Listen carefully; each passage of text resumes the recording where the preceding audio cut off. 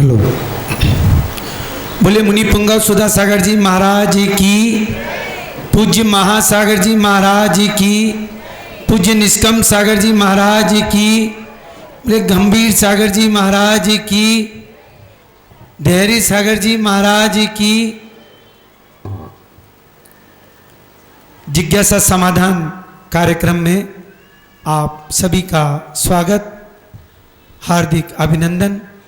जिज्ञासाएं आपकी और समाधान मुनि पुंगव सुधा सागर महाराज जी की।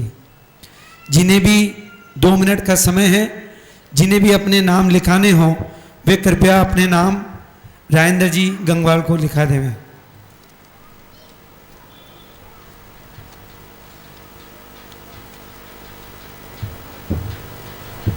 देखिए, ये जो नाम लिखे हैं वे कृपया आगे आ जाएं, और एक नाम मैं पहले बोलूँगा, वो कृपया इधर आके खड़े हों और महिला में उधर खड़े हों। उनको लिखा बेटा। विनीता जैन, कविता जैन, विशाखा, श्रीमती मनी, स्नेहलता, विनीता, ब्रह्मचारी माया दीदी, अर्चना दीदी, मोनिका दीदी, सीमा जैन, अक्षत नायक, अंचल गोयल बुढ़ार, चंदा जैन, रमेश बाकलीवाल, मोहित जैन, इंदौर सागर, निर्भय जैन, वैभव जैन, विनीत जैन और मुकेश जी जैन। वकील साहब।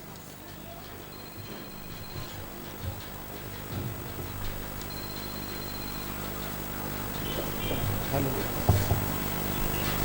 हाँ जय जी सर। कैसा समाधान कर रहे हैं?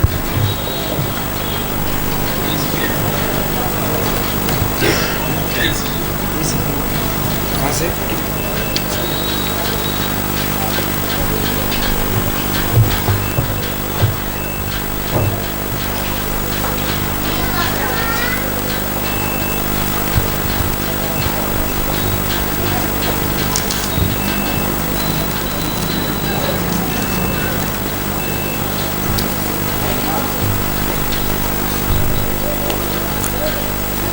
बहुत ही सुंदर कार्यक्रम जिज्ञासा समाधान।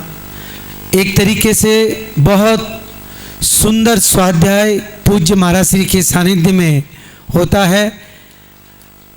आगम युक्त और तर्क युक्त परम पूज्य मुनि पुंगव सुधा सागर महाराज जी के आपको समाधान। पूरे देश में यह चर्चा है कि जिज्ञासा समाधान कार्यक्रम बहुत ही सुंदर महाराज जी के समाधान हमें मिलते हैं। एक बार जोरदार ताली बजा के इस कार्यक्रम का हम स्वागत करें, अभिनंदन करें।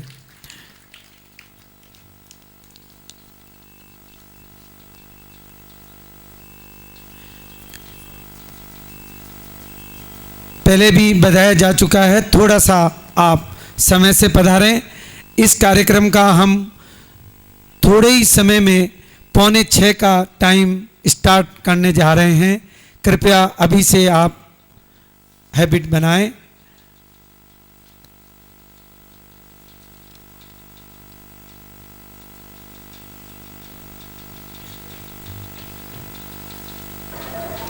सुबह महाराज जी का प्रवचन 8:45 से 10:15 तक पारस चैनल पर लाइव हो रहा है। सभी से अपने परिचितों मित्रों को आप प्लीज इंफॉर्मेशन शेयर।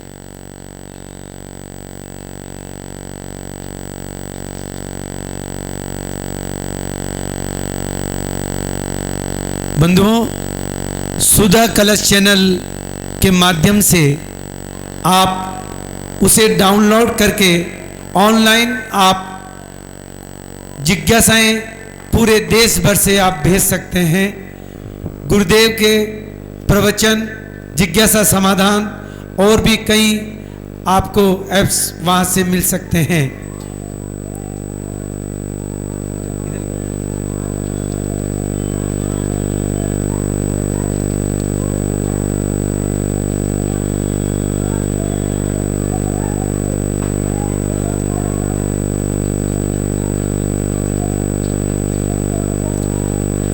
एक बार पुनः जिज्ञासा समाधान कार्यक्रम का हार्दिक स्वागत, हार्दिक अभिनंदन। एक बार जोरदार ताली बजा के हम मुनि पुंगव सुधा सागर महाराज जी के सानिध्य में होने वाले इस कार्यक्रम में अंतर्गत सुधा कलश चैनल के माध्यम से हमें ऑनलाइन जिज्ञासा समाधान के प्रश्न प्राप्त हुए हैं। सबसे पहले मैं रमेश जी गदिया गांधी धाम से पूछते हैं, नमोस्तु गुरुवर। गुरुवर, जब तीर्थंकर बालक का जन्म होता है तो सोधर्म इंद्र 6 माह पूर्व रत्नों की वर्षा करता है। वह तो तीर्थंकर प्रकृति का पुण्य हुआ। तो ऐसे ही गुरुवर, इस पंचम काल में एक साथ इतनी सामूहिक संगी पंची इंद्रिय जीवों की अरबों में धर्म के नाम पर हत्या हो रही है। ऐसे में क्या सोधर्म इंद्र को उन पर दया नहीं आती? तो उनको बचाने का भाव नहीं आता? इसका क्या कारण है? क्या वह सिर्फ पुण्य के उदय का साथी है, पाप के उदय का नहीं? कृपया समाधान करें। मूल सिद्धांत कि महान आत्माएं जब व्यक्तियों के लिए साथ नहीं देती हैं तो समझ लेना चाहिए उन जीवों का ऐसा निधत्त निकाचित पाप कर्म का उदय है कि महान आत्माएं उनका साथ देंगे तो फिर उनके जो पाप कर्म हैं वो कैसे गलेंगे। शास्त्रों में आया है कि सौधर्मेंद्र आदि ऐरावत हाथी पर क्यों बैठ कर आते हैं? वो तो एक अंतर मुहूर्त में आंख बंद करते ही वो कहीं भी पहुंच सकते हैं। तो उन्होंने कहा कि उन जीवों के पाप कर्मों का गलन फिर किस निमित्त से होगा। आज जो अरबों जीवों की हत्याएं हो रही हैं, ये वही पापी जीव हैं जिन्होंने पूर्व में महान महान पाप किए हैं। आज अपन बचाने की बात करते हैं, लेकिन इनके अतीत उठा के देखो कि इन्होंने कितने निकृष्ट पाप किए हैं। एक उदाहरण सुनाए देते हैं, उससे समझ में आ जाएगा कि एक व्यक्ति एक बच्चे को पीट रहा था। तो लोगों ने आगे कहा कि तुम्हें शर्म नहीं आती, छोटे से बच्चे को पीट रहे हो, इतने बड़े हो करके इसको पीट रहे हो। और लोगों ने उसको मारना शुरू कर दिया, बड़े आदमी को, और अलग कर दिया। छोटा जो बच्चा था वो भाग गया। तो लोगों ने कहा, भाई क्यों पीट रहे, तुम्हें शर्म नहीं आती इसको पीटते समय? बोले वो जेब काट रहा था मेरा, और कई लोगों के काट चुका है। तो फिर सब लोग, अरे मैंने उसको गलत बचा लिया, पकड़ो उसको। क्या पकड़ो, जब तक वो भाग गया। इसी प्रकार पुण्यात्मा जीव उन पापात्माओं को नहीं बचा सकते हैं जिनके पाप निधत्त निकाचित हैं। मैंने कहा था ना कि महान आत्मा पुण्यात्माओं के उद्धार करने के लिए आते हैं, पापियों का नाश करने के लिए नहीं। जैन दर्शन के अनुसार जितने तीर्थंकरों का जन्म हुआ पुण्यात्माओं के उद्धार के लिए हुआ है, पापियों के नाश के लिए नहीं। क्योंकि पापी तो सजा का ही पात्र है, पुण्यात्मा उद्धार का पात्र है। इसलिए उन जीवों ने जो पाप किए हैं, उन पाप कर्म के निधत्त निकाचित कर्मों का विपाक उनको इसी निमित्त से मिलेगा जब उनके बचाने के लिए महान आत्माओं के परिणाम नहीं होंगे। यानी उन व्यक्तियों के, ये सौधर्मेंद्र की गलती नहीं है, उन जीवों के पाप कर्म के उदय के कारण से सौधर्मेंद्र आदि को उनको बचाने का भाव नहीं आ रहा है। इनका पाप कर्म उनके परिणामों को नहीं बनने दे रहा है। कई बार ऐसा होता है, किसी जीव के पाप कर्म का उदय होता है तो बचाने वाला उस रास्ते से निकलने ही वाला था, लेकिन 2 कदम पहले वो अपना रास्ता बदल देगा। तो ये सब अपने अपने कर्म का फल हो गए। संसार एक खसटाटी सींचता, एक ले रहा बहार।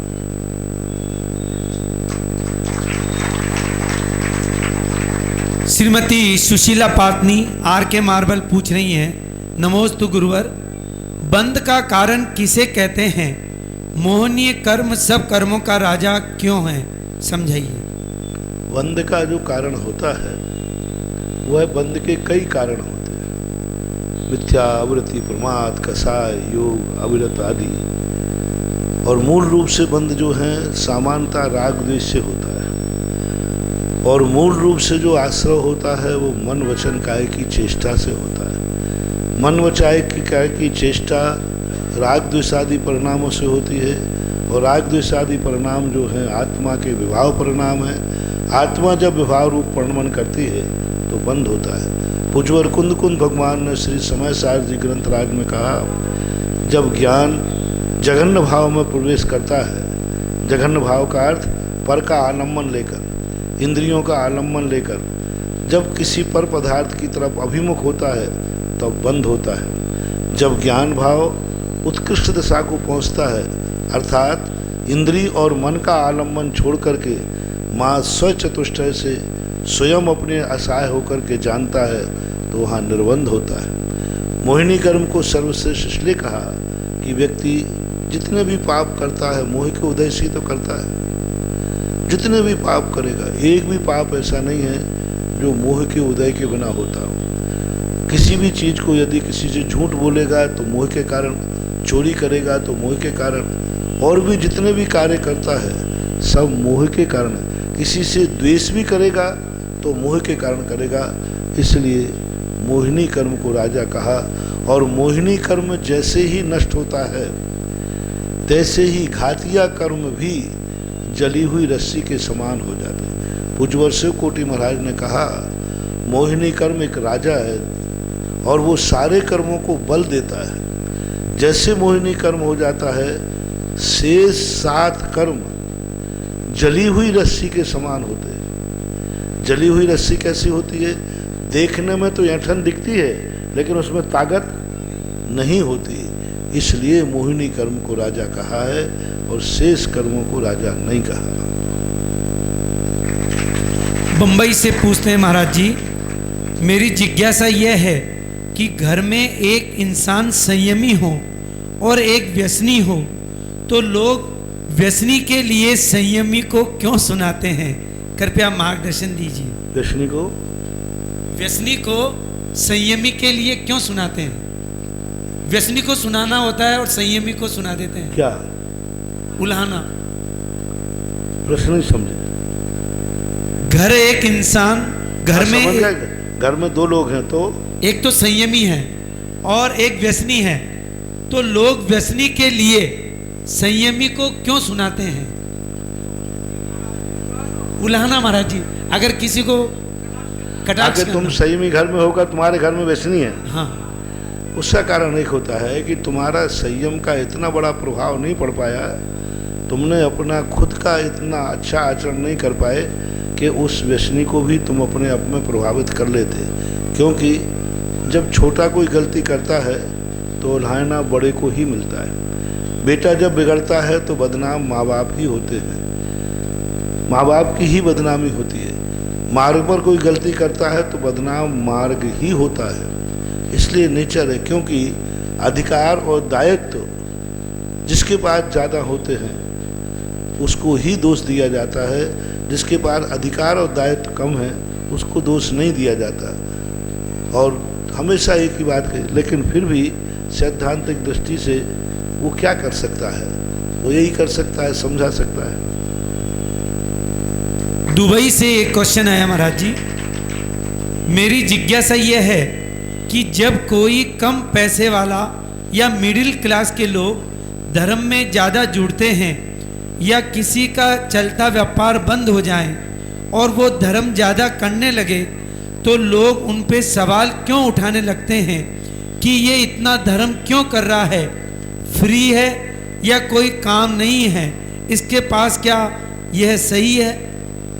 मूल बात उसकी ये है, इसलिए प्रश्न उठता है कि व्यक्ति ने धर्म को संकट मोचक मान लिया है, माँ डॉक्टर के समान मान लिया है कि डॉक्टर के पास कौन जाता है? जो बीमार होता है। बीमार नहीं हो तो डॉक्टर कोई नहीं पूछता। यदि हम अच्छे दिनों में, समृद्ध दिनों में, सुखी दिनों में धर्म करेंगे तो फिर बुरे दिनों में भी धर्म करेंगे तो हमें उलाहना नहीं मिलता। हमें उलाहना कब मिलता है, शिकायत कब होती है?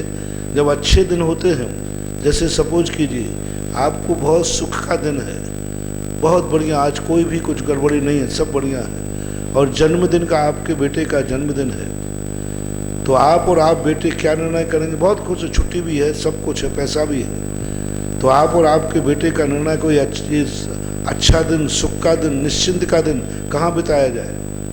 तो 90% कहेंगे घूमने चला जाए, किसी गार्डन में, होटल में, मैनाल आदि कहीं घूमने चला जाए। और अब उसी घर में दुख का दिन आ गया, बड़ा संकट है, बड़ी परेशानी हो रही है, अब ये दिन कहाँ बिताया जाए? बोले महाराज के पास, मंदिर में। तो उल्हायना नहीं मिलेगा तो क्या होगा? निर्णय ये होना चाहिए कि आज बहुत सुख का दिन है, सब कुछ है, आज का दिन कहाँ बिताया जाए? महाराज के पास, मंदिर में। 90% लोग तीर्थ यात्राओं के लिए जाते हैं दुख के दिनों में। आप श्री महावीर जी जाते समय पूछना, रास्ते में कोई मिल जाए, बोले क्यों जा रहे? बोले बहुत दुख है, इसलिए सोचा एक बार महावीर जी हुआ है। यानी आपने माँ धर्म को अपनी मजबूरी को निपटाने का साधन बना लिया, इसलिए उल्हायना मिलता है। मात अपनी इच्छाओं की पूर्ति का अभी 2 दिन से प्रवचन यही चल रहा है, आज भी यही था। आपने बड़ों को मात्र अपनी इच्छा की पूर्ति का साधन बना लिया, और उल्टा होना चाहिए कि बड़ों की इच्छा की पूर्ति के लिए छोटा है। राष्ट्रपति बॉडीगार्ड की रक्षा नहीं करता, बॉडीगार्ड राष्ट्रपति की रक्षा। हनुमान ने रामचंद्र जी से अपने संकट दूर नहीं कराए, हनुमान जी ने रामचंद्र जी के सदा संकट दूर किए। आज वर्तमान में हर भक्त भगवान से संकट दूर कराना चाहता है, और हनुमान जी ने भगवान से एक भी संकट दूर नहीं कराया। सारे संकट किसने दूर किए? हनुमान ने रामचंद्र जी किए। इसलिए उल्हायना मिलता है कि तुम सदा देवशास्त्र गुरु को, अपने परिवार बड़े गार्जियनों को या तो दुख में याद करते हो, या कुछ चाहिए है तो याद करते हो। आजकल बेटा के दुख हो तो माँ को याद, बेटा को याद करेगा, या कुछ वसीयत लेना हो तो याद करेगा। ये तो स्वार्थ है। इसलिए उल्हायना मिलने का मात्र एक कारण है कि तुम अपने स्वार्थ से धर्म को मान रहे हो। धर्म करने के लिए, भगवान की इच्छा पूरी करने के लिए मंदिर नहीं आ रहे, गुरु की इच्छा पूरी करने के मंदिर नहीं आ रहे। एक व्यक्ति का नियम नहीं है कि मैं अपने माँ बाप की हर इच्छा पूरी करूंगा। इसलिए उल्हायना मिलता है, मिलना ही चाहिए। इसी उल्हायने से तुम्हें कुछ अकल आएगी। पुनीत जैन बांसवाड़ा से, खादू कॉलोनी बांसवाड़ा से पूछते हैं, महाराज जी हमने ऐसे कौन से पुण्य कर्म किए जिनसे हमें आप जैसे गुरु मिले? पुण्य कर्म तो तुम्हारा तभी आ गया था जब तुमने भारत देश में जन्म लिया था। दूसरा पुण्य कर्म का तो उदय जब ही आ गया था जब तुमने जैन कुल में जन्म लिया था। और तीसरा पुण्य का उदय ऐसा आ गया था कि जैन कुल में भी तुम मुनि भक्त परिवार में जन्म लिया था। और अब जो तुम्हें मैं मिला हूँ, ये पुण्य का उदय नहीं है, तुम्हारे पुरुषार्थ का उदय है कि तुमने गुरु को पहचान लिया और तुम्हारे मन में ये भाव आ गया कि गुरु संगति से मेरा कल्याण होगा, गुरु संगति से मेरे जीवन का उत्थान होगा। गुरु की संगति में जितने दिन व्यतीत होंगे उतने ही मैं राग द्वेष संसार के पापों से दूर रहूँगा। गुरु की संगति में रहूँगा तो मैं समस्त प्रकार के आराम परिग्रह सबसे मोह दूर रहूँगा। ये जो परिणाम तुम्हें जागा, ये तुम्हारी क्षयोसम लब्धि है, ये तुम्हारा पुरुषार्थ है। प्रियंक मोदी ललितपुर से पूछते हैं, नमोस्तु महाराज जी, मेरी जिज्ञासा ये है कि हम मंदिर जाते हैं तो हमें आंखें खोलकर भगवान के दर्शन करने चाहिए या आंखें बंद करके? भगवान का दर्शन आँख खोल के करना चाहिए, लेकिन दर्शन करते करते एकदम आनंद की अनुभूति होती है तो थोड़ी देर के लिए आँख बंद हो जाती है, तो ये दर्शन के आनंद लेने की प्रक्रिया है।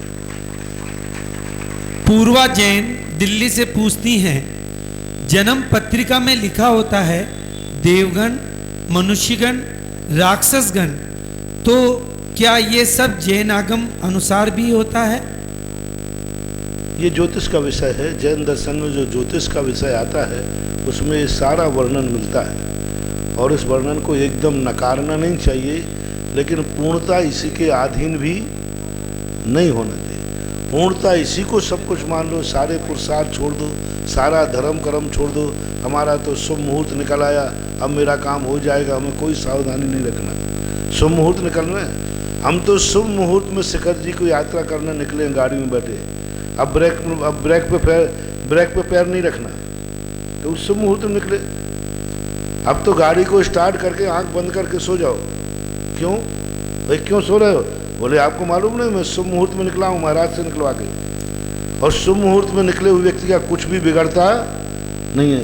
इतने आधीन भी मत हो जाओ शुभ मुहूर्त पर कि ब्रेक पर पैर रखना भी भूल जाओ, आंख खोलना भी भूल जाओ।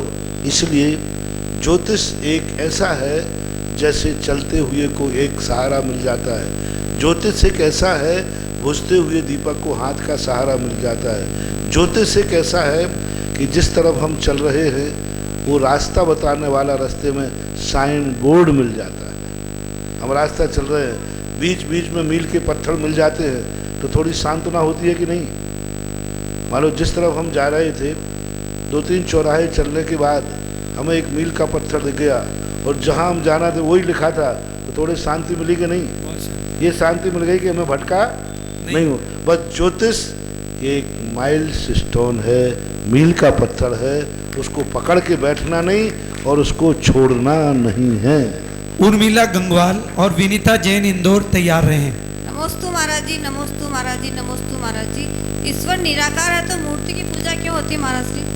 ईश्वर निराकार है तो मूर्ति की पूजा क्यों होती है? ईश्वर निराकार नहीं है, ईश्वर तो साकार है। अनंत भगवान की पूजा होती है। अनंत भगवान आकार में थे, शरीर में थे। निराकार तो ईश्वर नहीं होता।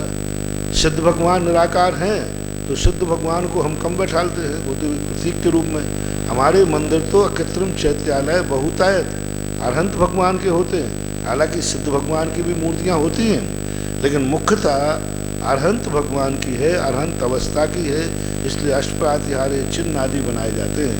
और अरहंत भगवान तो साकार होते हैं, निराकार नहीं होते। विनीता जैन इंदौर और इसके पश्चात निर्भय जैन जबलपुर तैयार रहें। आगे आके बैठ।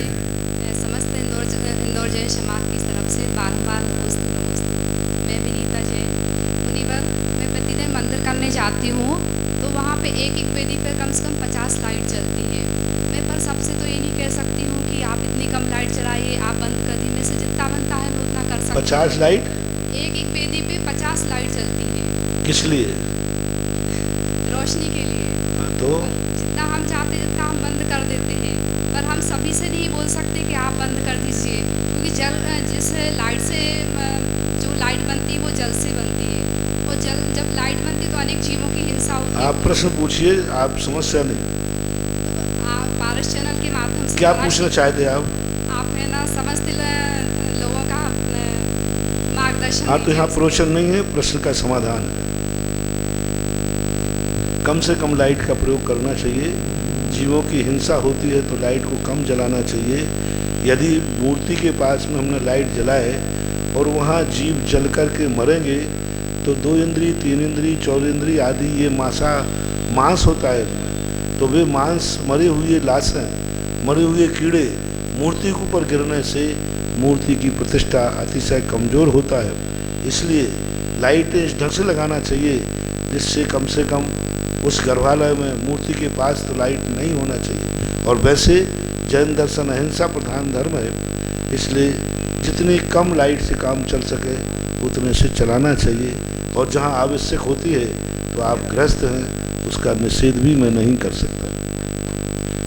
निर्भय जैन जबलपुर, इसके पश्चात कविता जैन कोटा तैयार रहें।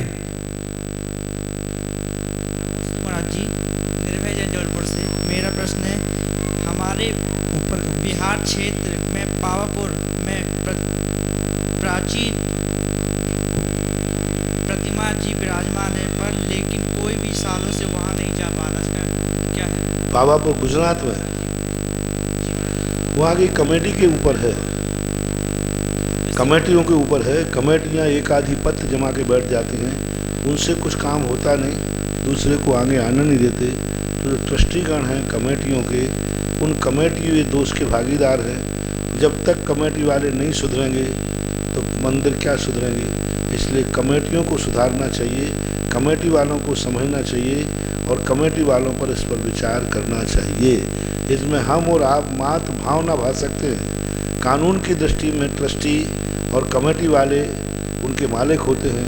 उनकी इच्छा या अनुमति के बिना हम कुछ नहीं कर सकते, ये कानून की व्यवस्था है। और कई बार कभी कभी कमेटी की भी मजबूरी होती है, वहाँ की परिस्थितियाँ कितनी विपरीत होती है, इस पर भी विचार किया जा सकता है। कभी यहाँ कोई नहीं गया तो उसका कोई दोष लगता है? हम लोग में से सालों से कोई नहीं गया वहाँ पे, तो उसका कोई दोष लगता है? अब इस संबंध में तो अपन नहीं कह सकते कहाँ कहाँ जाएगा वक्त। कविता जैन कोटा और इसके पश्चात वैभव जैन तैयार रहे। नमोस्तु गुरुवर, नमोस्तु गुरुवर। जैन धर्म में इतना चमत्कार होते हुए भी लोग अनायतन धर्म में क्यों जाते हैं? चमत्कार उनको प्राप्त नहीं कर पाते। चमत्कार प्राप्त होते नहीं हैं, चमत्कार प्राप्त किए जाते हैं। तो झूठ इसलिए बाजार में जल्दी बिक जाता है कि सत्य को खरीदने की औकात किसी में नहीं है। अच्छे धर्म को खरीदने की उनको ताकत नहीं है, वो कैसे कर सकते हैं? भगवान जैन धर्म के अनुसार भक्ति करने के लिए, चमत्कार के लिए त्याग करना पड़ता है, अपने आप में संयम धारण करना पड़ता है, धन का भी त्याग करना पड़ता है, द्रव्य का भी त्याग करना पड़ता है। इसलिए सब नहीं कर पाते। दूसरे स्थानों पर ज़्यादा त्याग नहीं करना। यहाँ तो भगवान का गंधोदक चाहिए तो सुबह नहा करके शुद्ध कपड़े पहनना पड़ेगा। दूसरे यहाँ तो पैंट शर्ट कैसे भी पहने हो वैसे ही भगवान का चरणामृत मिल जाता है। तो इसलिए जैन धर्म की जो प्राप्ति का साधन है वो इतना पावन और पवित्र है कि व्यक्ति उतनी पावन और पवित्रता को स्वीकार नहीं कर पाता है। इसलिए वो साइड में जाकर के कुछ ढूंढता है, उसे मिलने वाला नहीं। जो यहाँ है वो दुनिया में कहीं नहीं, और जो यहाँ नहीं है वो भी दुनिया में कहीं नहीं। लेकिन व्यक्ति की लालसा रहती है कि शायद कोई सस्ती दुकान मिल जाए। महंगी दुकान से इसलिए डरता व्यक्ति, कोई खरीदने की ताकत नहीं, शायद कोई सस्ती मिल जाए। मिल भी जाती है लेकिन माल नकली मिल जाता है। विशाखा जैन जबलपुर तैयार रहें। महाराज नमोस्तु। बेगमगंज से फ़ोन आया था PS परिवार की ओर से। नमोस्तु महाराज जी, हमारा क्वेश्चन ये है कि हमारे यहाँ गर्भालय में और समूहशरण बना हुआ मंदिर में, तो वहाँ महिलाएं प्रवेश करती, कहाँ तक निषेध है? नहीं करना चाहिए। जहाँ तक व्यवस्था है गर्भालय को शुद्ध रखना चाहिए। अब लेकिन ये सामाजिक व्यवस्था, मैंने कहा ना, ये कमेटी और समाज की व्यवस्थाएं होती है, वही अधिकृत हैं, उन्हीं को ये व्यवस्था बनाना चाहिए। AC जैन भोपाल तैयार रहें। एक ही भैया, एक ही क्वेश्चन। नमोस्तु महाराज श्री। इधर आ जाइए। मैं विशाखा जैन जबलपुर से। आलोचना पाठ की यह पंक्ति, मेरे अवगुण न चितारो प्रभु अपनो विरद समारो, से क्या अर्थ है? उसका अर्थ है कि मेरी पर्याय दृष्टि को मत देखो, मेरी अंतरंग शक्ति को देखो। इसके 2-3 अर्थ हैं। एक अंतर्गहन अर्थ ये है कि मेरी पर्याय बाहर की दृष्टि तो मेरी अशुद्ध संसारी है, मेरी अंतरंग दृष्टि देखो।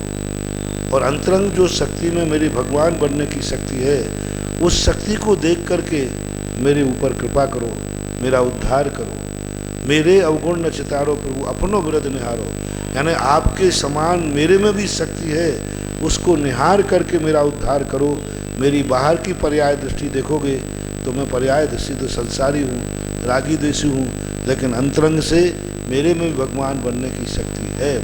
दूसरी बात यह है कि आप मेरे अवगुणों को देख करके, ये व्यवहार पक्ष है, सामान पर, कि मेरे अवगुणों को देखोगे तो आपको मेरे ऊपर कृपा का भाव नहीं आएगा।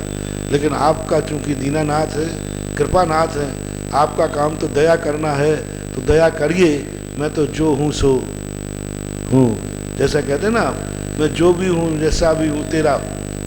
इसलिए भगवान मैं तो जो हूँ तो हूँ, आपका काम तो दया करना है, तो मेरे ऊपर दया करो और मेरा उद्धार करो। ये व्यवहार पक्ष। श्रीमती मणि जैन तैयार रहें। नमोस्तु महाराज जी, नमोस्तु नमोस्तु। मेरी जिज्ञासा है महाराज जी कि जो 63 साल का पुरुष होते हैं तो क्या वे वृद्ध होते हैं कि नहीं? वृद्ध उम्र के अनुसार तो वृद्ध होते हैं, लेकिन उनके शरीर में वार्धक्य देखने में नहीं आता। खास तौर से तीर्थंकर आदि के में वार्धक्यपना, वृद्धपना देखने में नहीं आता। जैसे वृद्ध के लक्षण होते, दांत गिर जाना, सफ़ेद बाल हो जाना, कमर का झुक जाना, ये तो देखने में नहीं। लेकिन अंतरंग से बल की क्षीणता आती है, अंतरंग में उनके उत्साह में क्षीणता आती है, अंतरंग में उनकी जो शक्ति है वो क्षीणता होती है और आयु तो धीरे धीरे समाप्त होती ही है। तो कर्म सिद्धांत के अनुसार तो वृद्धता आती है, लेकिन जब अपन बाहर से फेस देखते हैं तो इतनी वृद्धता नज़र नहीं आती जितनी कि अपन लोगों में देखने में आती है। लेकिन फिर भी उनकी उम्र के अनुसार ऐसा नहीं है कि वो जवान में जैसे थे तो बुढ़ापे में वैसे ही रहेंगे, परिवर्तन तो होता है, लेकिन इतना नहीं होता जितना अपने यहाँ होता है। जैसे आज अपने यहाँ वृद्ध परिवर्तन होता है, बिल्कुल कमर झुक जाए, लाठी लेने लग के चलने लग जाए, ऐसा 63 साल का पुरुष की कमर नहीं झुकेगी, ऐसा उनकी वृद्धता नहीं आएगी, उनके पूरे दांत गिर जाएं। कोई भी 63 साल का पुरुष के दांत गिर जाएंगे, ऐसी वृद्धता नहीं आएगी। क्योंकि तीर्थंकर को छोड़ के कह रहे महाराज जी। नहीं, शेष में भी, रावण आदि में भी किसी भी तीर्थंकर के दांत गिर जाएं, बाल सफ़ेद हो जाएं, ऐसा कोई प्रसंग नहीं है। एक प्रसंग कहीं आता है कि एक तीर्थंकर के 63 साल का पुरुषों में किसी का या महापुरुष तक अपना सफ़ेद बाल देख करके दीक्षा ले ली, तो कुछ अपवाद बाकी आती है वृद्धता, शरीर तो दिखेगा, लेकिन इतना वृद्ध नहीं होते जितनी आज वर्तमान में वृद्धता अन्य लोगों में देखी जाती है। सुनील जी वास्तु, इंदौर, तैयार रहें। नमोस्तु गुरुवर, नमोस्तु। मेरी जिज्ञासा ये है गुरुवर कि कई श्राविका ऐसी होती हैं जो नित्य पूजा अभिषेक करती हैं, बहुत व्रत उपास संयम करती हैं, पर वह अपने व्यवहार से साधर्मी जनों को बहुत दुखी करती हैं, जिन्हें देखकर सब लोग ये कहते हैं कि इससे अच्छे तो हम हैं, कम व्रत उपास करते हैं पर अपने साधर्मी जनों से मित्रता रखते हैं। तो ऐसे लोग के लिए आप क्या कहना चाहेंगे? वे धर्म के नाम पर कलंक है। जो धर्म करते हुए भी यदि अपने साधर्मियों से द्वेष, घर में कलह, बहुओं से लड़ाई झगड़ा करते हैं तो वे धर्म के नाम पर कलंक हैं। वे धर्म करने का पुण्य कम लगेगा, धर्म को बदनाम करने का पाप ज़्यादा लगेगा। इधर एक व्यक्ति, अधर्मी व्यक्ति लड़ाई करता है, झगड़ा करता है घर में, और एक पूजा पाठ करने वाली सासू या ससुर इधर अभिषेक करेगा, पूजन करेगा, स्वाध्याय करेगा, महाराजों को आहार देगा, और घर में जाकर के परिवार में बहुओं से ऐसे झगड़ा करेगा कि जैसा लगेगा कि जैसे बहुत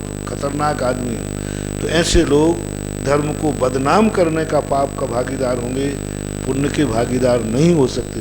क्योंकि उनके कारण से यदि ये लांछन आ गया कि देखो ये मंदिर जाती, पूजन करती, 16 का खाती, फिर भी देखो कितनी कसाय है, कम से कम हम तो नहीं करते हैं, तो ये लांछन धर्म के ऊपर आया, आपके क्रोध करने से धर्म के ऊपर आया, तो आपको नियम से जो भी करेगा उसे पाप ही लगेगा।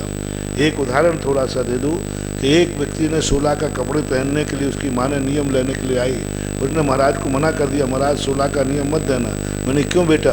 बोले मेरे दोस्त की दादी है, वो 16 का खाती है और दिन भर कसाय बनती रहती है, इसने छू लिया, ये चौके में आ गया, ये आ गया, इसलिए महाराज मेरे घर में अभी बहुत स्वर्ग का वातावरण है, कृपया करके मेरे घर को नरक मत बनाना। अब बोलो 16 को किसने बदनाम कर दिया? तो मैंने कि 16 का नियम तो देंगे, लेकिन मैं नरक नहीं बनने दूंगा। बोले महाराज दोस्त की माँ के यहाँ दादी कर रही है, नरक है घर में, जब देखो जब कलह होती है। तो फिर मैंने नियम दिया और कहा कि पहले एक नियम करो कि यदि कोई मेरे कपड़े छू लेगा तो हम छूने वाले से क्रोध नहीं करेंगे, कुछ भी नहीं बोलेंगे। मेरे 16 के चौके में आ जाएगा तो मैं कुछ भी नहीं बोलूँगा, लेकिन 16 का खाना मैं उपवास कर लूँगा। ये नहीं कि मैं 17 को खा ले गए। यदि कपड़े छू लिए तो छूने वाले पे क्रोध नहीं करोगे, आप कपड़े नहीं है तो उपवास कर लेना। आपके चौके में कोई आ गया तो आप आने वाले पे क्रोध नहीं करोगे, उपवास कर लेना। यदि इतनी हिम्मत हो तो 16 का नियम लो, अन्यथा 16 को बदनाम मत करो।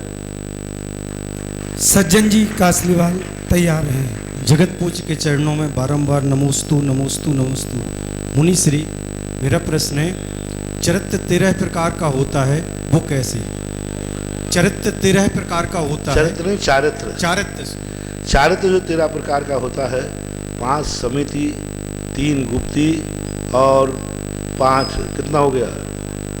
5 3 8 और 5 व्रत। 5 व्रत नहीं, 5 महाव्रत हो गए ना।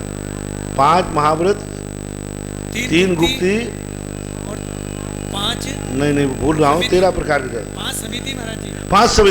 5 समिति, 5 महाव्रत और 3 गुप्ती, ये 13 प्रकार का चारित्र है। ये 13 प्रकार का जो चारित्र है, कभी कभी एकदम स्लिप हो जाता है ना, तो 5 महाव्रत, 5 समिति और 3 गुप्तियाँ, ये 13 प्रकार का चारित्र कहलाता है। 5 महाव्रत हैं जो हैं अहिंसा, सत्य, अचौर्य, ब्रह्मचर्य और अपरिग्रह। 5 समिति, एरिया समिति, भाषा समिति, ऐषणा समिति, आदान निक्षेपण समिति और 4 पश्चमण समिति। मन गुप्ती, वचन गुप्ती, काय गुप्ती, ये 13 प्रकार का चारित्र माना जाता है। सज्जन जी कासलीवाल और इसके पश्चात नमोस्तु महाराज जी, नमोस्तु महाराज जी, नमोस्तु महाराज। महाराज जी, मैंने आज कहीं पढ़ा था लक्ष्मी की गति 3 है, दान, भोग और नाश। दान भोग में नहीं लगे तो निश्चय हो विनाश। तो निश्चय हो विनाश का महाराज जी? निश्चय है ना, नियम से, यानी दान और भोग में नहीं गया तो नियम से उस लक्ष्मी का नाश तो होना ही है, यानी तुम्हारे किसी काम में आने वाली नहीं है। वो निश्चय का अर्थ है नियम से कोई दूसरा उसका उपयोग होने वाला नहीं, उसका नाश को प्राप्त हो जाएगा, समाप्त हो जाएगा। कुमारी अर्पित जैन, अर्पित जैन, विनीता जैन, ब्रह्मचारिणी माया दीदी,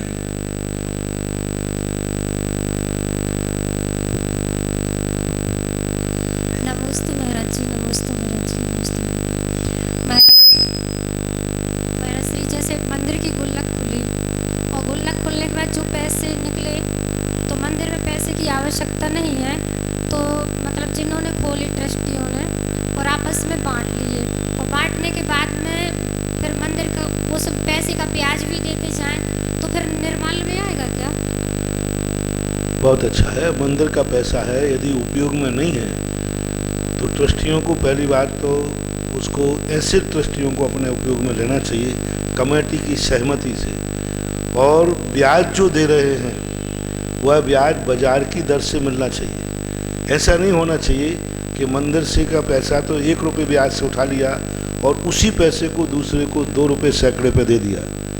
यदि ऐसा करने के लिए किया जाए कि नहीं पैसे को हम ब्याज, तो 2 रुपया यदि उस पैसे का आया है तो 2 रुपया ही देना चाहिए।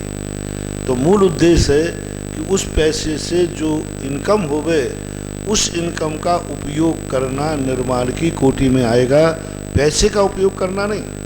उस पैसे से यदि हम कमाई करेंगे, ज़्यादा कमाई, जैसे मैंने कहा कि मंदिर को 1 रुपया सैकड़ा दिया और दूसरे को 2 रुपया सैकड़े में दे दिया, तो 1 रुपया निर्माण में आएगा।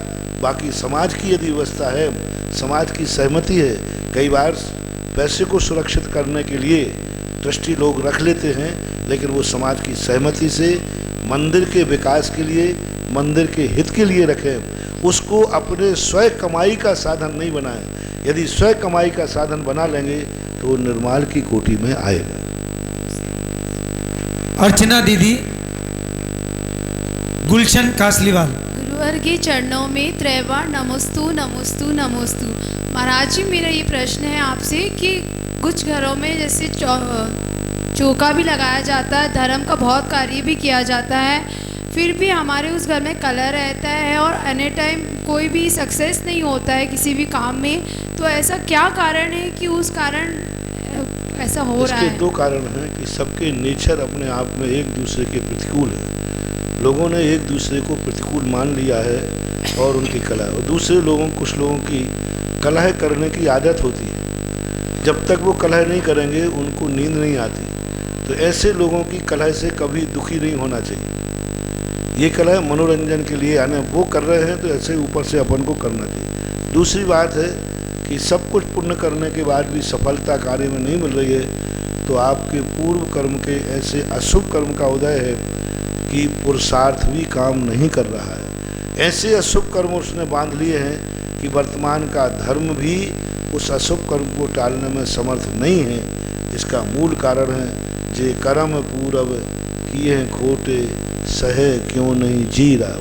मेरा हमेशा कहता हूँ कि वर्तमान के पुरुषार्थ धर्म का कर रहे हो, फिर भी अच्छे दिन नहीं आ रहे हैं, तो आप समझना चाहिए कि अतीत में हमने इतने खोटे कर्म किए हैं कि वर्तमान का चोखा कर्म भी उसकी बराबरी नहीं कर पा रहा है।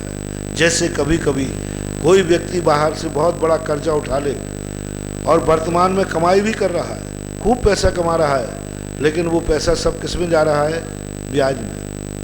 फिर भी कर्जा नहीं चुका हुआ, क्योंकि कर्जा इतना ले लिया कि वर्तमान की कमाई उस कर्जे के सामने नगण्य है। कमाई तो है, लेकिन वो कमाई इतनी कम है कि पूर्व कर्जे का ब्याज ही नहीं चुक रहा है, तो उसके यहाँ दिवाली मनेगी कि दिवालिया होगा। कमाई तो है, लेकिन पहले का कर्जा इतना है कि ब्याज भी नहीं चुक रहा है। घाटा नहीं है, अच्छा धंधा चल रहा है, कमाई भी हो रही है, लेकिन उतनी कमाई नहीं हो रही है जिससे कर्जा को चुकाया जा सके। इसलिए वर्तमान में लोग धर्म करते हैं, उनका धर्म इतना कम है कि पूर्व में किए हुए पापों का ब्याज भी नहीं चुक पाता है, इसलिए ऐसा होता है। अर्चना दीदी और उसके पश्चात गीता दीदी तैयार रहे। नमोस्तु मेरा श्री। जैनी के 3 लक्षण बताए गए हैं, रात्रि भोजन नहीं करना, देव दर्शन करना और छान कर पानी पीना। लेकिन आज के भौतिकता के युग में रहन सहन खान पान से हम कैसे पहचाने कि ये जैनी सच्चे जैनी हैं?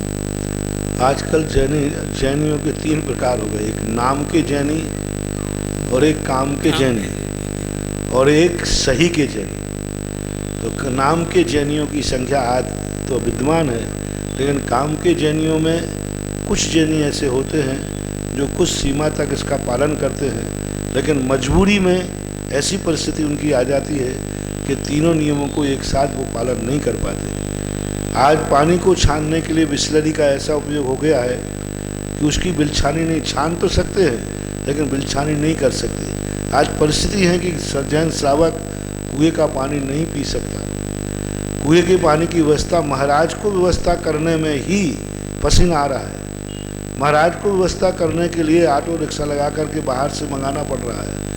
यदि सारे जैनियों को हम कुएं के पानी पीने का नियम देवें तो आज बहुत बिल्कुल भी संभव नहीं है। आज लोग प्रतिमा नहीं ले पा रहे हैं, इसी कारण से बहुत सारे प्रतिमा लेने बैठे हैं। इसलिए आज वर्तमान भौतिक युग धर्म से दूर करने वाला है, क्योंकि हुंडा और सर्पणी का अवसान आ रहा है। तो नाश जब ही होगा जब व्यक्ति धर्म से दूर होगा। इसलिए भौतिकवाद के कारण से जो धर्म नहीं कर पा रहे हैं वो छूट रहा है। ये इस संसार, इस सृष्टि के विनाश की कगार पर ले जाने के लक्षण है। गीता दीदी, इसके पश्चात मुकेश जी वकील साहब तैयार रहे। नमोस्तु महाराज जी, नमोस्तु महाराज जी, नमोस्तु महाराज। चारित्र को धारण करने के लिए क्या वीर्यंत्राय कर्म की जरूरत होती है कि कसायों की मंदता की आवश्यकता होती है? दोनों चाहिए। मूल तो बाहरी उपक्रम की अपेक्षा देखें तो जरूर हमारे लिए वीर्यांतराय कर्म का क्षोभसम नहीं होगा तो वो केशलंच भी नहीं कर पाएगा, वो एक टाइम भोजन भी नहीं कर पाएगा, वो घंटे भर सामायिक में भी नहीं बैठ पाएगा, वो स्वाध्याय भी नहीं कर पाएगा। इसलिए वीर्यांतराय कर्म का क्षोभसम तो हर कार्य में चाहिए, चाहे सम्यक दर्शन प्राप्त करे, चाहे ज्ञान प्राप्त करे, चाहे चारित्र प्राप्त करे। वीर्यांतराय कर्म का क्षयोपशम तो चाहिए ही चाहिए। लेकिन वीर्यांतराय कर्म का क्षयोपशम कई बार इतना तेज हो जाता है, उसके बावजूद भी कसाई की प्रबलता के कारण से वो संयम धारण नहीं कर पाता। कितने लोग जो से हैं रावण आदि, ये सब वीर्यांतराय कर्म का क्षयोपशम तेज था, लेकिन कसाई की मंदता नहीं थी। इसलिए चारित्र के लिए मुख्य रूप से साक्षात कारण है कसाय की मंदता, कसाय का अभाव। लेकिन साधन के रूप में वीर्यांतराय कर्म का भी क्षयोपशम चाहिए, क्योंकि समंत्रभद्र महाराज ने श्री रत्नगण श्रावकाचार्य जी में स्पष्ट उल्लेख किया, राग द्वेष निवृत्ति चरणम प्रतिपद्यते साधु। राग द्वेष की निवृत्ति के लिए चारित्र लिया जाता है, लेकिन चारित्र पालन करने के लिए शक्ति तो चाहिए ही चाहिए। नमोस्तु महाराज जी, नमोस्तु। कमल गंगवाल बम्बई तैयार रहे। नमोस्तु महाराज जी, नमोस्तु महाराज जी, नमोस्तु महाराज जी। महाराज जी, अन्य मतावलंबियों ने अपने अपनी संख्या बढ़ाने के लिए कई प्रकार के सहारे लिए, जैसे मुसलमानों ने तलवार के जोर पे मुसलमान बनाए, क्रिश्चियंस ने लालच लोभ के जोर पे क्रिश्चियंसों की संख्या बढ़ाई। लेकिन हमारे जैन धर्म में ऐसा कोई विधि नहीं है कि कई अजैन जिनके कुलाचार भी सही हैं और वो जैन बनना चाहे, तो कोई ऐसी विधि है क्या महाराज जी? देखो, चोखे माल की दुकान जिसकी होती है वो कमीशन नहीं रखता, उसे लालच नहीं देना। हमारे महावीर स्वामी ने स्पष्ट कहा कि धर्म को मानने वाले कम हो जाएं या एक भी धर्म को मानने वाला नहीं बचे, लेकिन धर्म को लोभ लालच दे करके नहीं करना। हमारे यहाँ तो निषेध कर दिया, भयासा स्नेह लोभ आश्रय। भय स्नेह और लोभ के कारण से जो धर्म किया जाता है वो धर्म की कोटि में नहीं आता। इसलिए जब जैन धर्म की परिभाषा ही यही हो कि लोभ मत देना, जैन धर्म की परिभाषा ही यहाँ हो भय मत दिखाना। हाँ, प्रारंभ में किसी को धर्म मार्ग में लगाने के लिए कहा जाता है ऐसे पाप करोगे तो नरक जाओगे, ये उपदेशात्मक भय होता है, लेकिन क्रियात्मक भय और लोभ धर्म के विपरीत है, इसलिए नहीं हो सकता। और ना हम भय और लोभ के कारण से भीड़, जैन दर्शन क्वांटिटी नहीं बढ़ाता, क्वालिटी बढ़ाता है। कमल गंगवाल मुंबई और मधु फागीवाला तैयार रहें।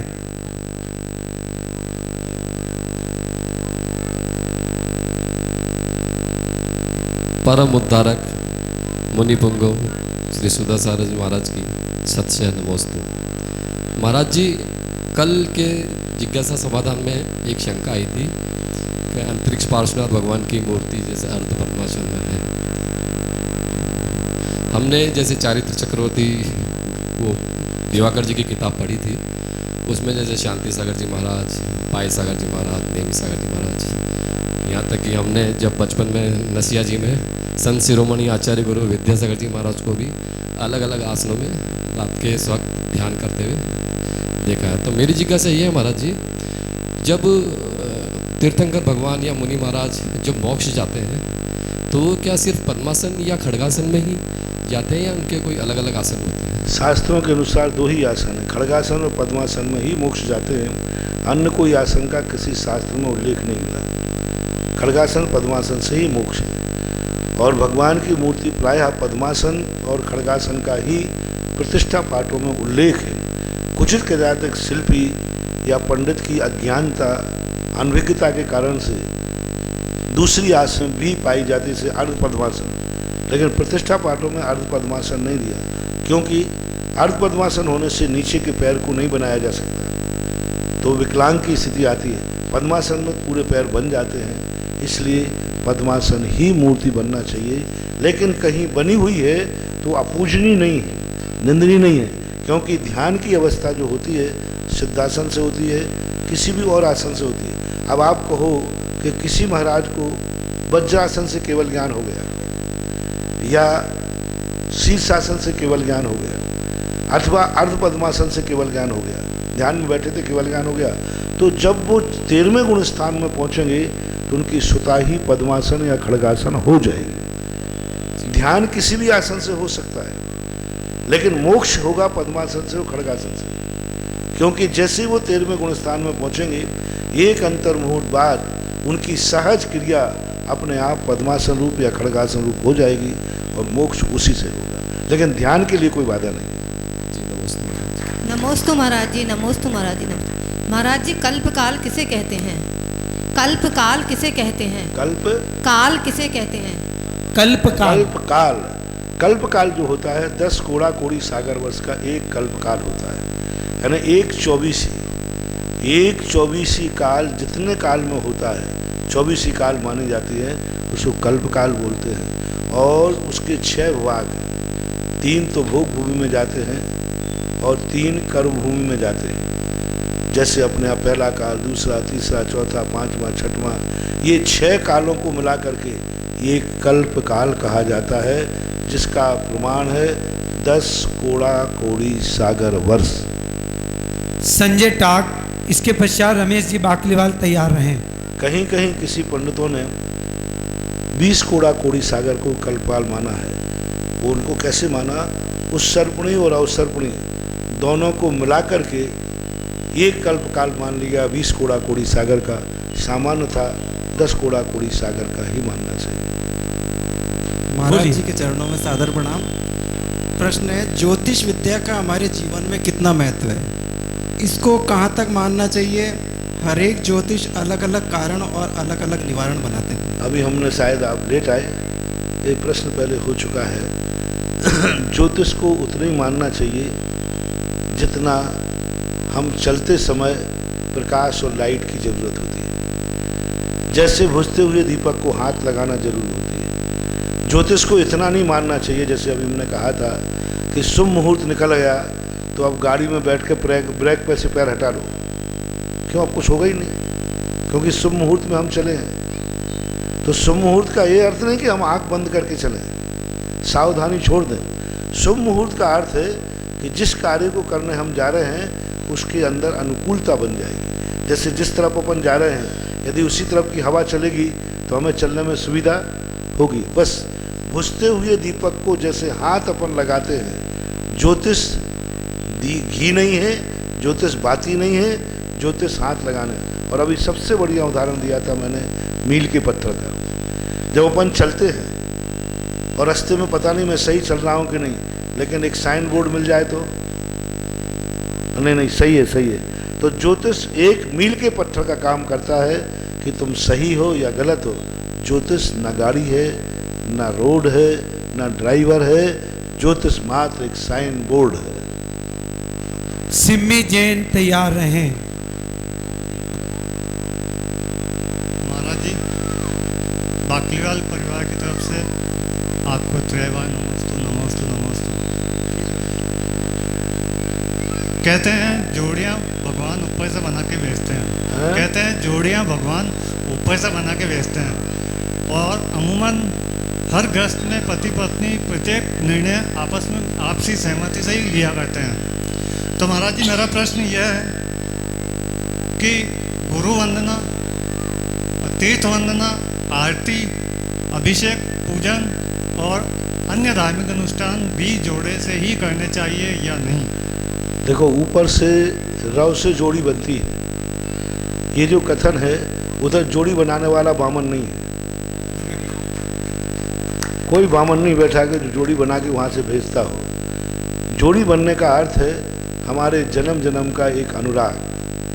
हमने एक दूसरे को इस दृष्टि से चाहा होगा कि वो अनचाही अतृप्त भावना हमें भावांतर में मिला देती है। लेकिन आप पति पत्नी की जोड़ी बनाने की बात करते हो कि पति पत्नी की जोड़ी ऊपर से बन के आती है, मेरी क्या गलती है, लेकिन माँ बेटे की जोड़ी भी तो ऊपर से बन के आई है, उसमें दरार क्यों पड़ गई? पिता और बेटे की जोड़ी भी तो बन के आई है। तुम्हें जैन कुल में जन्म लेना है, ये भी तो ऊपर से निश्चित होके आए हो, फिर जैन कुल की मर्यादा क्यों तोड़ दी? जब ऊपर से कर्म ने तुम्हें कहा कि तुम्हें जैन कुल में जाना है, ये ऊपर से तुम्हें निर्धारित है, ऊपर से नहीं, फिर जैन कुल की ये क्यों नहीं सोचा कि मैं जैन कुल में जन्मा हूँ, मेरा निर्णय ऊपर से होके आया है, तो मैं जैन कुल की मर्यादा के विरुद्ध नहीं चलूँगा। ऊपर से ये भी तो जोड़ी भेजी है कि तुम्हारा जिनेन्द्र देव के साथ संबंध रहेगा। तुम्हारे देवता कौन रहेंगे? ये किसने? ऊपर वाले ने बनाया। मान लीजिए तो आप जिनेन्द्र देव के प्रति वो भाव क्यों नहीं कर पाते? माँ बाप की जोड़ी भी अकेली माँ पति पत्नी की जोड़ी पे क्यों लगाते हो? दो भाइयों की जोड़ी भी किसने भेजी है? बोलो।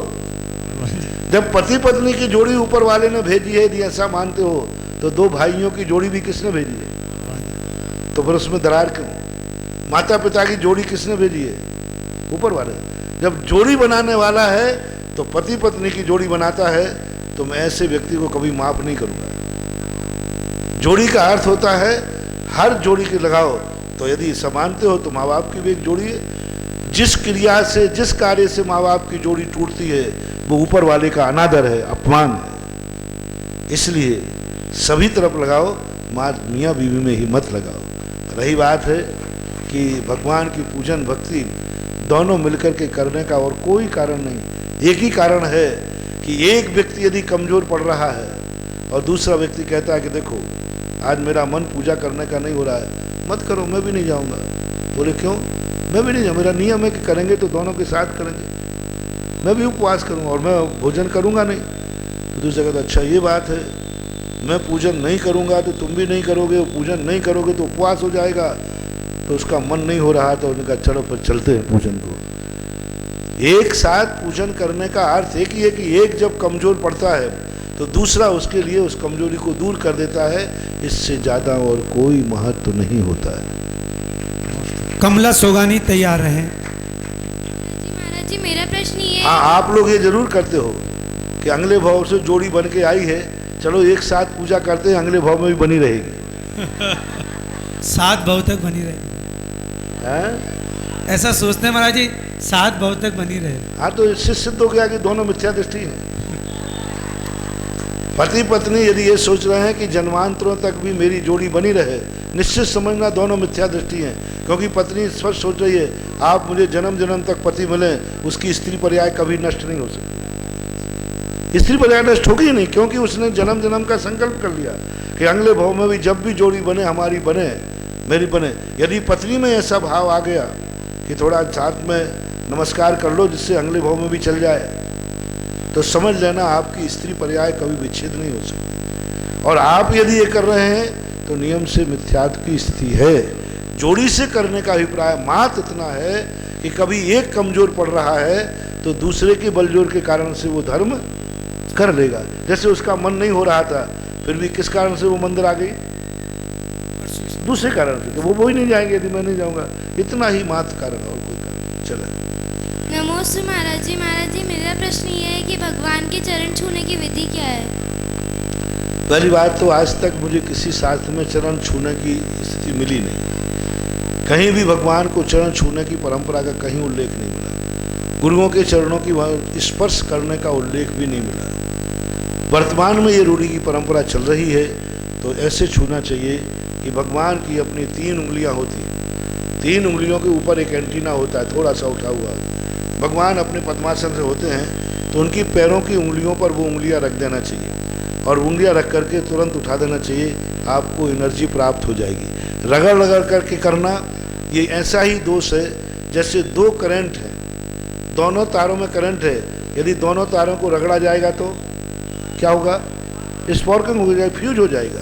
इसी प्रकार से हम भी एनर्जिस्ट हैं और भगवान भी एनर्जिस्ट हैं, और यदि हम रगड़ रगड़ के यूँ करेंगे तो हमारी जो शक्ति है वो भी फ्यूज हो जाएगी और स्पार्किंग हो जाएगी। निष्कंप हाथों पूर्वक सबसे ज़्यादा एनर्जी पैरों से निकलती है, सबसे ज़्यादा एनर्जी। पूरे शरीर की एनर्जी जो होती है वो पैरों से सबसे ज़्यादा प्रभावमान होती है, मस्तिष्क से नहीं। मस्तिष्क से तो ग्रहण करता है और पैरों से लेता है, पैरों से छोड़ता है। तो पैरों की उंगलियों से सबसे पहले एनर्जी निकलती है महान आत्मा में, और सबसे ज़्यादा अपन एनर्जी प्राप्त करते हैं मस्तिष्क से और हाथों से।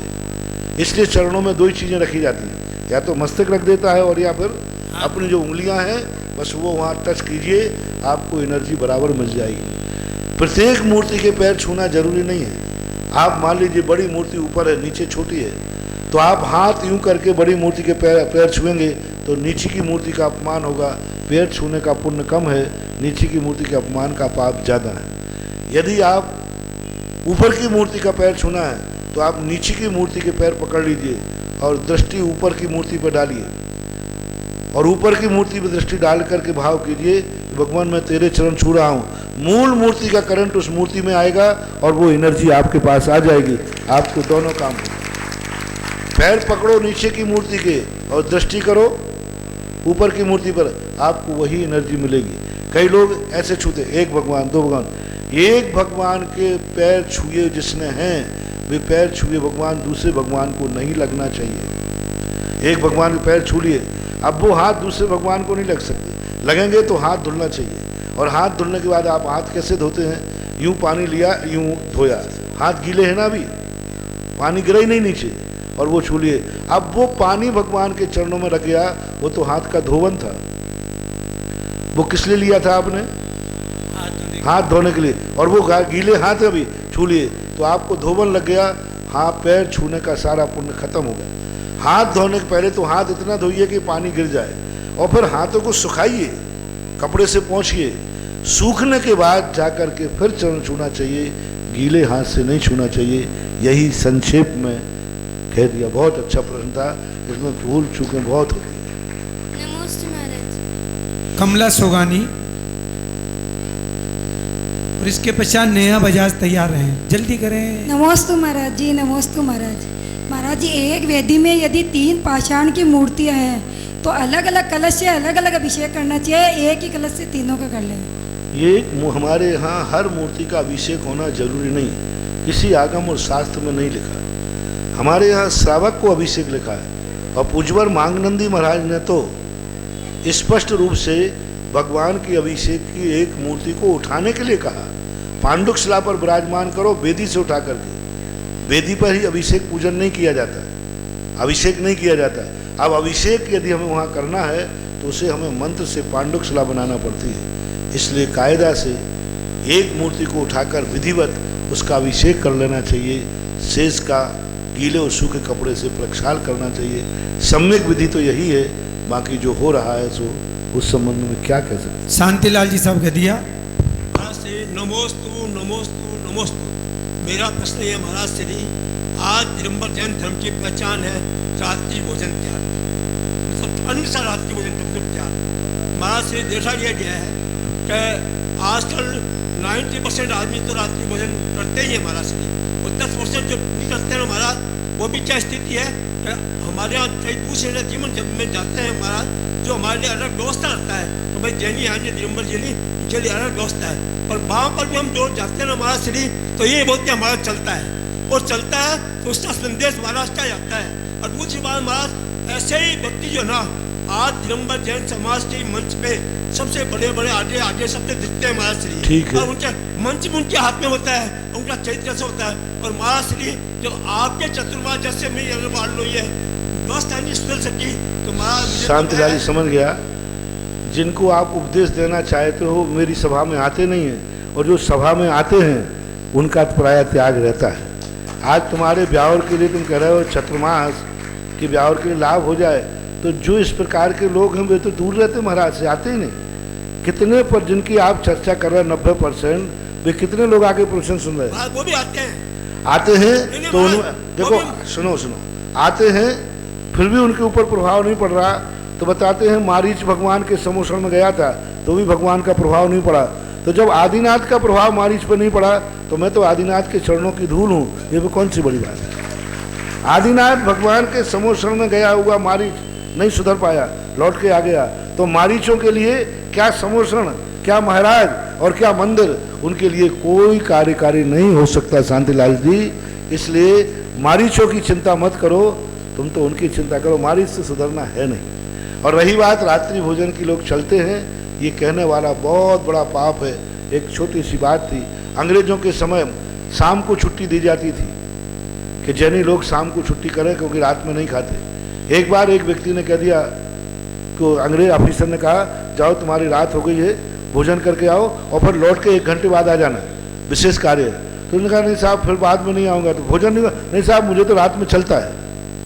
अंग्रेजों ने कहा जब एक को चलता है तो सभी बदमाश है, उसी दिन से छुट्टी उठाना बंद कर दे। तो मुझे तो चलता है, ये बहुत बड़ा पाप है, और जो ऐसा कर रहा है वो धर्म का अभिनय कर रहा है, गलत है। सुशील जी बढ़ जाते हैं।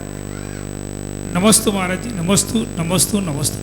महाराज जी मेरा प्रश्न है, हम जब पूजन करते हैं देवशास्त्र गुरु की या किसी भी भगवान की तो उनका आह्वान करते हैं, और जब मुनि की पूजन करते हैं तो भी आह्वान करते हैं, जबकि मुनि साक्षात विराजमान होते हैं, तो फिर साक्षात विराजमान है तो आह्वान की कहाँ जरूरत पड़ती है? आह्वान करना पूजा का संकल्प है।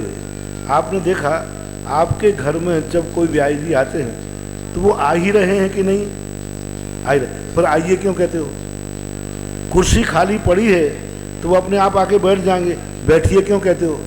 अरे बैठ गए तो आप, अरे पास बैठो, कोई दूर क्यों बैठ रहे हो, पास क्यों बैठाते हो? ये आत्मीयता का लक्षण है। यानी हम जब आह्वान करते हैं तो महाराज तो आ ही गए, लेकिन हम अपने आप तरफ कहते आइए महाराज आइए, वो तो आ ही रहे हैं, क्या कहना, और बैठिए बैठिए महाराज, वो तो बैठ ही रहे हैं। ये सम्मान है, व्यवहार है, ये अपने संकल्प किया जाता है महाराज आइए बैठिए, सन्निधिकरणम सन्निहितकरणम। आप दूर क्यों बैठते, भगवान पास बैठो, हृदय में बैठो, सन्निधि के लिए अपन ऐसे बोलते हैं हृदय में बैठो। तो ये एक व्यवहारिक सम्मान की परंपरा है, बहुमान की परंपरा है, इसको कदापि नहीं भूलना चाहिए। चाहे भगवान हो, महाराज हो अथवा ना हो, स्थापना होना ही चाहिए। ये सम्मान है और पूजा का संकल्प है। ठौने पे अपन चावल रख देते हैं, ये पूजा का संकल्प के चावल हैं कि मैं महाराज की पूजा सम्मान सहित कर रहा हूँ, आह्वान करके कर रहा हूँ, अपने कल्याण के लिए कर रहा हूँ। यह समय बस समय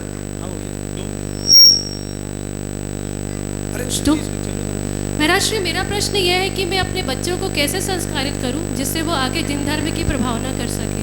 बच्चों को यही है कि उनको शुरू से उस प्रकार के कार्य, अभी मैंने महिला अधिवेशन में बताया था कि कि बच्चों को जैसा जीवन देना चाहते हैं, बच्चों के जन्म के बाद दोनों को दाम्पत्य जीवन के शौक मौज मस्ती छोड़ देना चाहिए, क्योंकि बच्चों के जन्म के बाद वो पत्नी नहीं रही, माँ बन गई, पूज्य बन गई, तो उसको अपने आदर्श अपना चाहिए, उनका खान पान, उनका रहन सहन, उनको घूमना, ऐसे स्थानों पर घूमने नहीं जाना चाहिए जहाँ बच्चों को नहीं ले जाया जा सके, ऐसा खान पान नहीं करना चाहिए जो बच्चों के सामने नहीं किया जा सके, ऐसे पहनाव नहीं करना चाहिए जो बच्चों के सामने नहीं पहनाया जा सके। ये अपने जीवन में संस्कार लेना चाहिए और बच्चों को बुरे संस्कारों से बचाना चाहिए और उनको पाठशाला भेजकर अपने घर में कुछ धर्म का ज्ञान कराना चाहिए। यही संक्षेप में संस्कार। आरती के लिए पदमचंद जी, कमल जी, अनिल जी गंगवाल, जेठाना वाले परिवार आ जाएं। आरती।